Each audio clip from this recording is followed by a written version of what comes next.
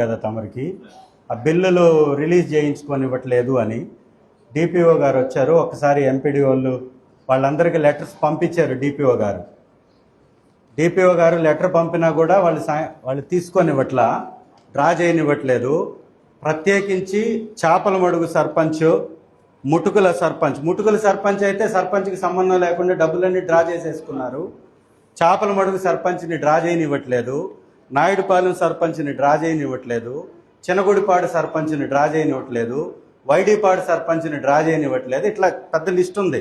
తమరికి రిప్రజెంటేషన్ ఇచ్చాం. ఇప్పుడు కూడా మొన్న ఏదో మళ్ళీ అమౌంట్ ఏదో పడ్డదంట. ఆ పడ్డదానికి ఎంపీడీ వాళ్ళు డైరెక్ట్గా ఫోన్ చేసేసి ఆ సెక్రటరీలు సర్పంచులు మాట వినట్లేదు సార్. సర్పంచులకి సెక్రటరీలు పై ఆఫీసర్ లాగా వ్యవహరిస్తున్నటువంటి పరిస్థితి. ఏదైనా మా రామసుబ్బయ్య అనేటటువంటి సెక్రటరీ 9 రూపాయలు స్క్వేర్ ఫుట్కి ఫ్లెక్సీ కట్టమని చెప్పేసి నోటీస్. ల్యాండ్ ఆర్డర్ ప్రాబ్లం వస్తుందని ఎస్ఐకి లెటర్ రాస్తాడు.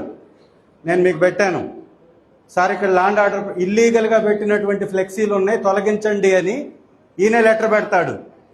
10 రోజులు తెలుగుదేశం పచ్చగా వేస్తే లెటర్ పెట్టడు. వైసీపీ వాళ్ళు 4 వేస్తే లెటర్ పెడతాడు. వాళ్ళ గొడవల్లో ఇతను ఇన్వాల్వ్ అవుతాడు. వాళ్ళు కొట్టుకునే దానిలో ఇతను వస్తాడు. సో ఇంకొకటి సార్, ఏ తీర్మానం లేకుండా డబ్బులు డ్రా చేయడం, వర్కులు చేయడం. తర్వాత పంచాయతీల విభజన కూడా, పంచాయతీల బైఫర్కేషన్కి సంబంధించిన ఇష్యూ కూడా సార్ కలెక్టర్ గారి దృష్టిలో పెట్టాను, తమరి దృష్టిలో కూడా పెట్టాను. గౌరవ సర్పంచ్లు అక్కడ ఉండంగా వాళ్ళకి సంబంధం లేకుండా వీళ్ళ తీర్మానాలు, ఎవరు సెక్రటరీలు. దయచేసి ఈ వేదికగా మీకు చెప్తున్నాను, సెక్రటరీలు పంచాయతీ సర్పంచులు తీర్మానం లేకుండా ఏమన్నా గ్రామ సభలు అని కానీ పెట్టి అలా విభజిస్తే మాత్రం ఖచ్చితంగా కోర్టుకు వెళతాం. దాన్ని ఆమోదించినటువంటి అధికారుల మీద చర్యలు తీసుకోమని హైకోర్టు వరకు వెళ్ళి పోరాటం చేస్తాం. యాక్సెప్ట్ చెయ్యం. ఏదన్నా చేసేది ఉంటే అక్కడ ప్రాంత ప్రజల యొక్క అభిష్టం మేరకు, వాళ్ళ ఆకాంక్ష మేరకు చేయమని చెప్పండి.